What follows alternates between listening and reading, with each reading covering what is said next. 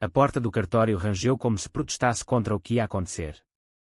Tiago Oliveira, com os seus 28 anos, entrou atrás da família, de cabeça baixa, o coração a bater descompassado. Não era convidado para estas coisas. Era o neto que ajudava na quinta, o que cortava a lenha, arranjava o telhado, cozinhava para a avó nos últimos meses. O ajudante, como o tio António gostava de lhe chamar, com aquele tom que misturava desprezo e pena. A sala era pequena, cheirava a papel velho e a café requentado. Sentaram-se todos, o tio António, a tia Margarida, os primos Ricardo e Sofia, e a mãe de Tiago, viúva há 10 anos, com os olhos vermelhos de tanto chorar a perda de Dona Maria, a matriarca que os unira a todos na Quinta das Oliveiras, em Monsaraz, no coração do Alentejo. O notário, um homem magro de óculos fundos, pigarreou antes de começar. Dona Maria Oliveira deixou um testamento holográfico, redigido de próprio punho e devidamente testemunhado. Abriu o envelope com lentidão cerimoniosa. Tiago encostou-se à parede, como sempre fazia quando se sentia invisível. As primeiras linhas foram as esperadas: legados pequenos para os empregados da quinta, uma quantia para a igreja da aldeia, objetos pessoais para a filha e os netos mais velhos. António sorria, já a calcular o valor das terras que julgava suas por direito. Afinal, era ele o filho mais velho, o que sempre administrara os negócios da família, o que se casara como deve ser e dera netos normais. Então o notário chegou ao ponto principal. Deixo a totalidade da Quinta das Oliveiras, incluindo a casa principal, as terras, os olivais e as vinhas, ao meu neto Tiago Oliveira, com a condição de que a mantenha como unidade familiar e a preserve para as gerações futuras. O silêncio foi tão denso que se ouviu o tic-tac do relógio de parede. António levantou-se de um salto. O quê? Isso é impossível. A avó não estava no seu perfeito juízo. Tiago sentiu o chão fugir-lhe dos pés. Ele? O neto que nunca herdara nada além de roupas velhas e livros antigos. O que a avó chamava, em privado, de o meu coração valente. Olhou para a mãe, que o fitava com os olhos arregalados de espanto e, talvez, de orgulho contido. O notário continuou, impassível, a uma carta anexa, a ser lida apenas pelo beneficiário principal. António explodiu. Isto é uma loucura. O Tiago. O rapaz que nem família tem. Que vive sozinho, que nunca se casou, que... Calou-se, mas todos compreenderam o que não disse. O que a família sussurrava há anos, que Tiago era diferente. Que gostava de homens. Que, por isso, nunca seria o herdeiro digno. Tiago sentiu o sangue subir-lhe ao rosto. Há anos que evitava confrontos. Saíra de Monsaraz aos 18 para estudar em Lisboa, voltara apenas para cuidar da avó quando a doença a consumiu. Escondera o namoro breve com um colega da universidade, escondera as lágrimas quando a avó, num dos últimos dias lúcidos, lhe pegara na mão e dissera: Tu és o mais parecido comigo, Tiago. Corajoso. Não deixes que te cortem as asas. Agora, as asas pareciam queimá-lo. Todos o olhavam como se fosse um intruso. Sofia, a prima que sempre o tratara com distância fria, murmurou qualquer coisa ao ouvido do marido. Ricardo, o primo mais novo, evitou o olhar. A mãe aproximou-se, pousou-lhe a mão no braço. Vamos para casa, filho. Vamos ler essa carta. Saíram do cartório sob um sol alentejano impiedoso. O ar estava carregado de poeira e de promessas quebradas. António gritava ao telemóvel com o advogado da família. Margarida chorava, teatral. Tiago caminhava em silêncio, sentindo o peso de séculos de olivais nas costas. Chegaram à quinta ao fim da tarde. A casa grande, branca e imponente, com as janelas de sacada e o pátio cheio de vasos de manjerico, parecia esperar por ele. Tiago subiu ao quarto da avó, agora o seu quarto, pensou com um arrepio, e abriu o envelope que o notário lhe entregara. A letra trêmula, mas firme, de Dona Maria enchia 3 páginas. Meu querido Tiago. Se estás a ler isto, é porque parti. E porque deixei tudo nas tuas mãos. Não foi por capricho. Foi porque vi em ti o que vi em mim própria quando era jovem, a força de amar apesar do mundo.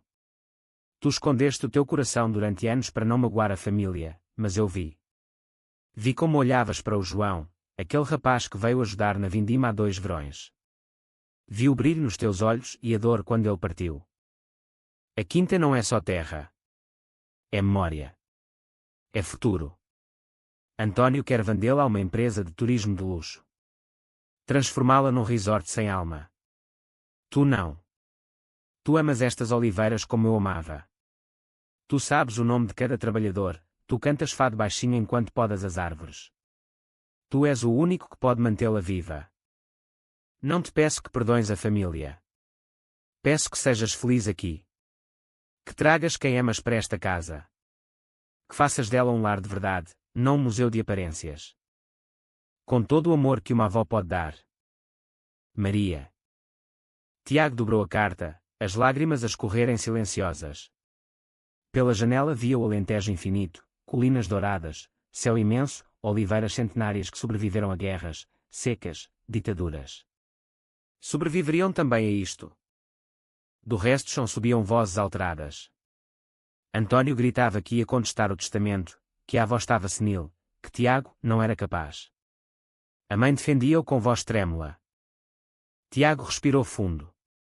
Pela primeira vez na vida, sentiu que tinha raízes profundas o suficiente para não se deixar arrancar. Na manhã seguinte, a quinta acordou com o canto dos galos e o rumor de motores. António chegara cedo, acompanhado pelo advogado da família, um homem de fato caro e expressão de tubarão. Instalara-se na sala de jantar como se ainda fosse o dono, espalhando papéis sobre a mesa de nogueira onde Dona Maria servira incontáveis almoços de família. Tiago desceu as escadas devagar, ainda com a camisa amarrotada da noite anterior. Dormira pouco, a carta da avó guardada debaixo da almofada como um talismã. Bom dia, disse, tentando soar firme. António ergueu os olhos. Bom dia nada. Isto é um roubo, Tiago. A avó não estava bem da cabeça nos últimos meses. Vamos provar. O advogado pigarreou. Existem fundamentos para contestação. Demência incipiente, influência indevida. Influência indevida. A voz da mãe de Tiago, de Helena, cortou o ar. A única influência foi o amor que ela tinha pelo filho que sempre esteve ao lado dela quando os outros só apareciam para pedir dinheiro. Margarida, sentada no sofá com os olhos inchados, murmurou, Helena, não dramatizes. Todos sabemos que o Tiago.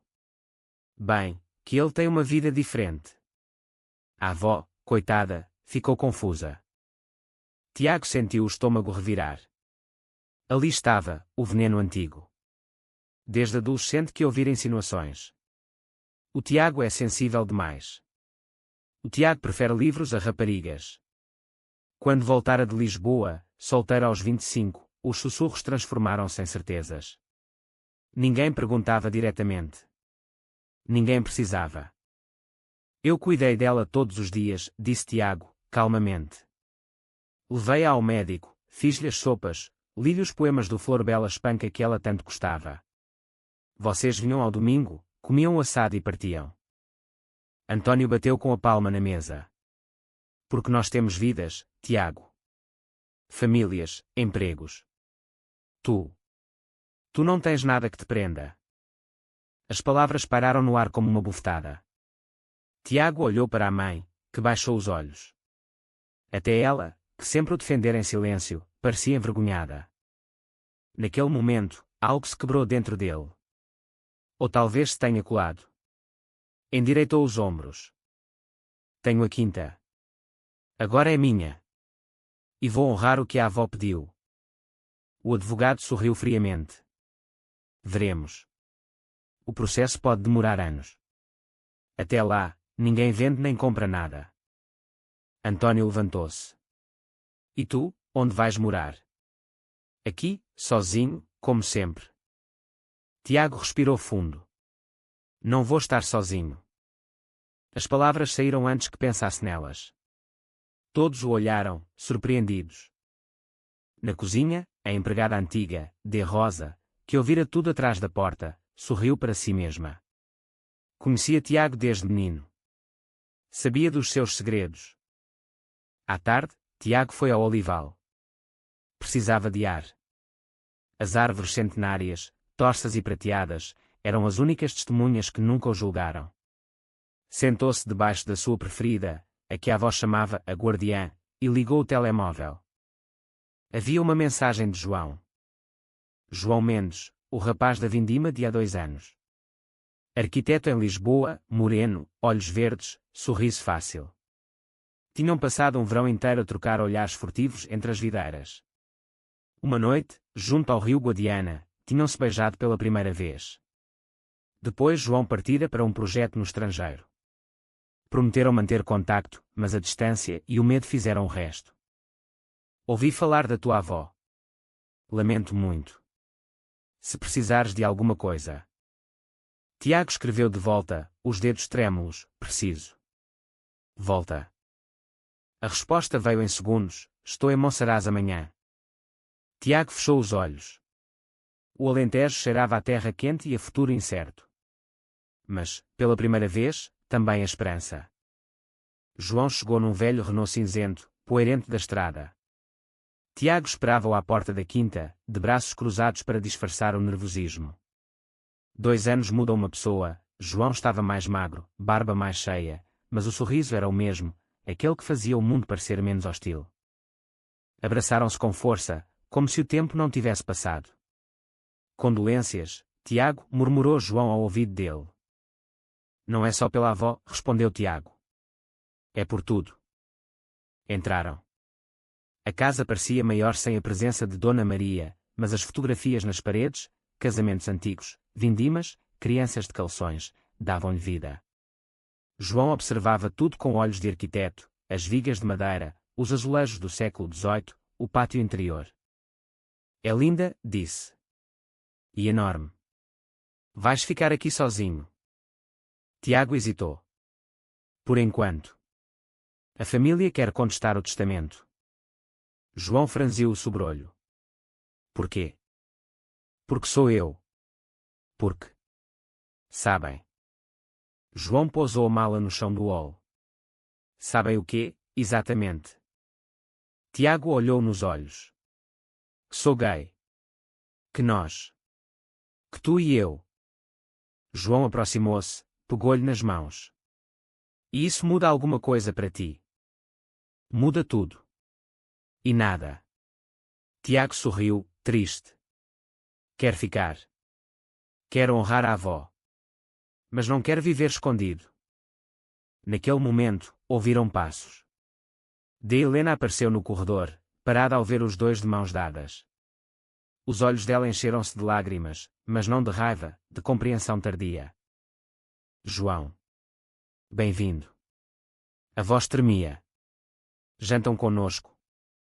João olhou para Tiago, que assentiu. O jantar foi tenso.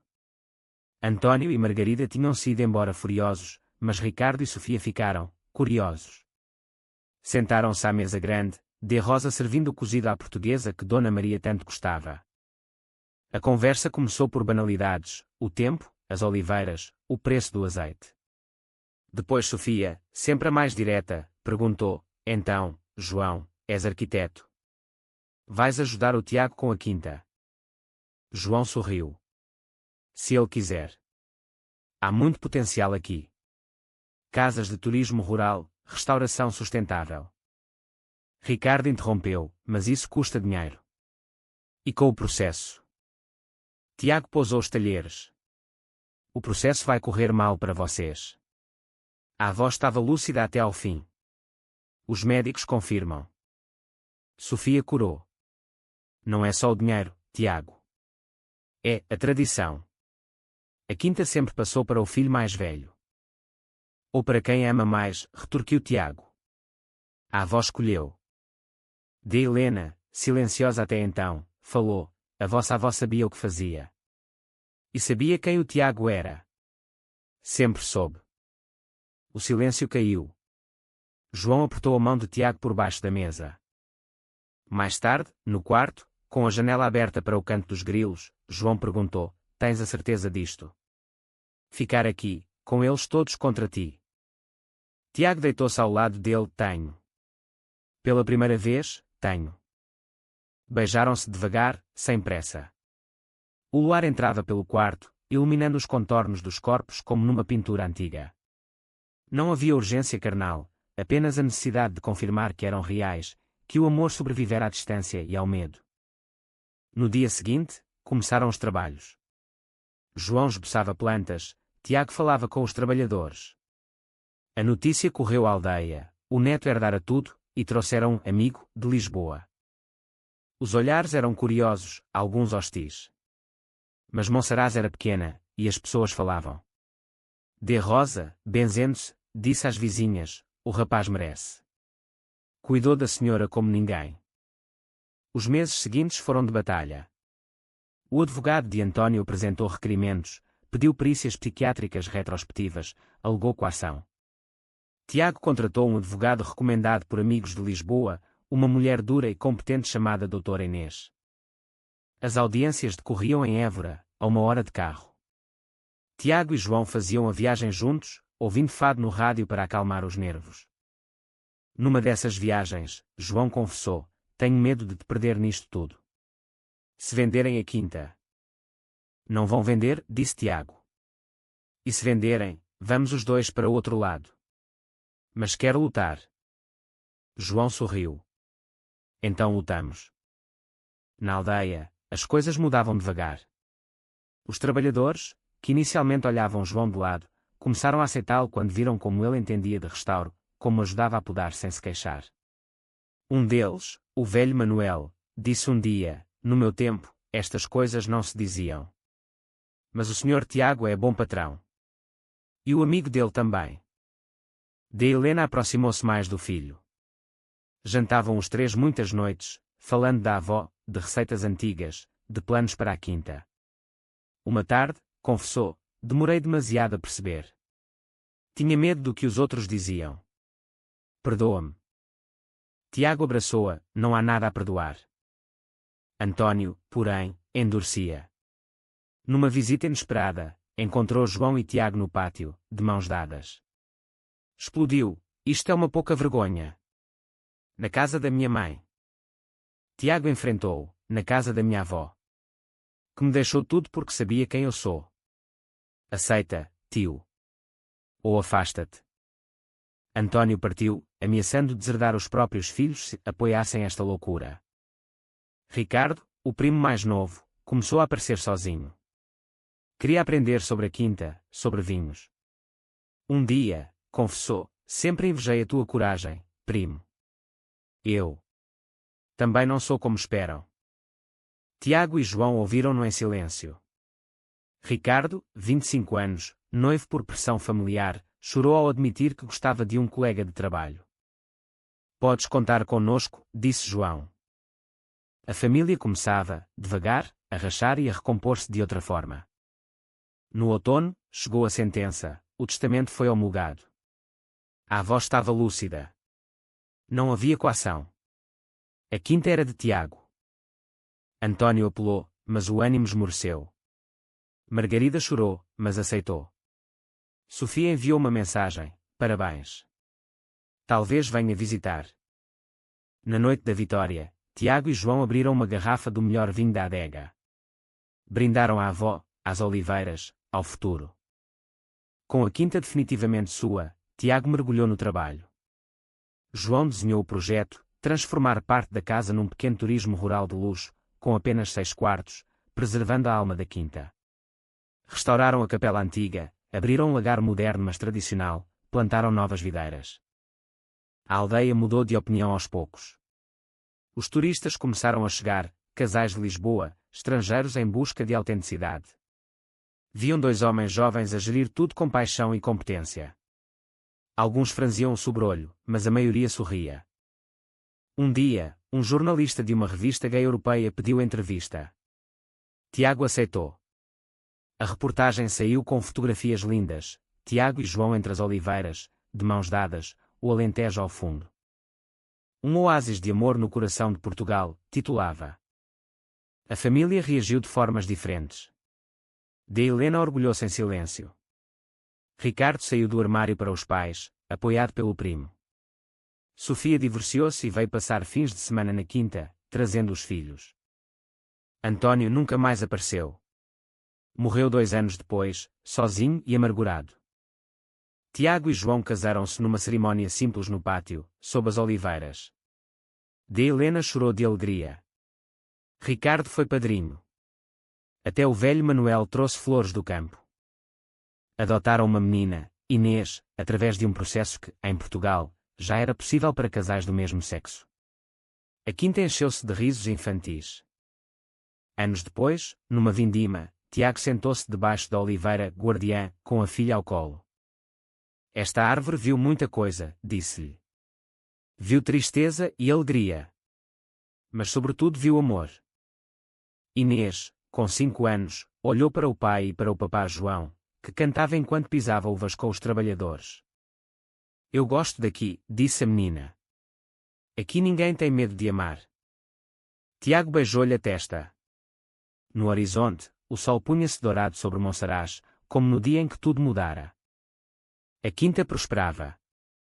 As oliveiras continuavam centenárias, testemunhas mudas de que o amor, quando verdadeiro, vence até o tempo. Passaram 10 anos. A Quinta das Oliveiras era agora conhecida em todo o país, prémios de azeite virgem extra, quartos sempre cheios, workshops de culinária alentejana. Tiago e João criaram uma associação para apoiar jovens LGBT do interior, oferecendo bolsas e acolhimento. Inês cresceu rodeada de amor plural, avó Helena, tio Ricardo e o namorado, primos que vinham passar férias. Aprendeu cedo que famílias têm muitas formas. Uma tarde de primavera, Tiago encontrou uma carta antiga no sótão, outra carta da avó, que nunca fora aberta. Nela, Dona Maria escrevera, anos antes de morrer. Se um dia o Tiago encontrar alguém que o faça feliz, que não hesite. O mundo muda quando alguém tem coragem de amar em voz alta. Tiago leu-a para João ao pôr do sol. Choraram os dois, de gratidão. Na aldeia, já ninguém estranhava. Monsaraz tornara-se um ponto de peregrinação discreta para casais do mesmo sexo que queriam casar num lugar bonito e acolhedor. Tiago organizou uma festa anual em memória da avó, vindima aberta, música, dança. Gente de todo o lado vinha. António nunca aparecera em vida, mas o filho, neto de Tiago, trouxe flores à campa dele um dia e disse: o avô errou, mas nós corrigimos. O Alentejo, com o seu tempo lento, curara feridas antigas. As oliveiras continuavam a dar fruto, ano após ano. Tiago, agora com quase 40, olhava para a família que construíra, João, Inês, a mãe idosa mas feliz, e pensava que a avó acertara em tudo. O neto que era apenas o ajudante tornara-se o guardião de um legado maior que terras, o de um amor sem medo. E assim, sob o céu imenso do Alentejo, a Quinta das Oliveiras continuou a viver, a amar, a resistir.